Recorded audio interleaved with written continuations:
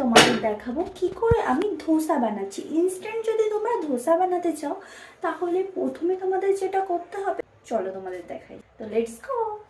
তো প্রথমে আমি সুজি নিয়ে নিয়েছি, আর 1 কাপ পরিমাণ প্রথমে সুজি দিয়ে নিলাম। তারপরে আমি নিয়ে নিয়েছি এখানে বেসন, 1 কাপ পরিমাণ বেসন নিয়ে নিলাম। এরপর পরিমাণ মতো তোমরা এখানে লবণ অ্যাড করে নেবে।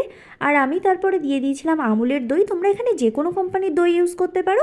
পরিমাণ মতো দই দিয়ে ভালো করে মিক্সারটাকে মিক্স করে নেবে। একটু জল দিয়ে নিতে পারো, আমার জল লাগবে বলে আমি জলটা দিয়ে নিয়েছিলাম। তো মিক্সারটা দেখো না ঘন বেশি না পাতলা। তারপর আমি আলু ধুয়ে আলু সিদ্ধ করতে বসিয়ে দিলাম। তারপর আলুটা ভালো করে মাখা হয়ে গেলে আমার পুরটা প্রায় রেডি। এরপর ধোসার জন্য একটা চাটনি বানিয়ে নিয়েছিলাম, কিছুটা ধনেপাতা নিয়েছিলাম, 4 কোয়া রসুন, 4টে কাঁচা লঙ্কা আর কিছুটা বাদাম দিয়ে একটা পেস্ট বানিয়ে নিয়েছিলাম। এরপর তাওয়া গরম হলে ধোসার ব্যাটারটা দিয়ে ধোসাটা বানিয়ে নিয়েছিলাম। ধোসাটা কিন্তু খুবই ক্রাঞ্চি হয়, তোমরা এইভাবে একবার ট্রাই করে দেখতে পারো। Thank you for watching my video. দেখা হবে নেক্সট কোনো ব্লগে। আজকের মতো টাটা।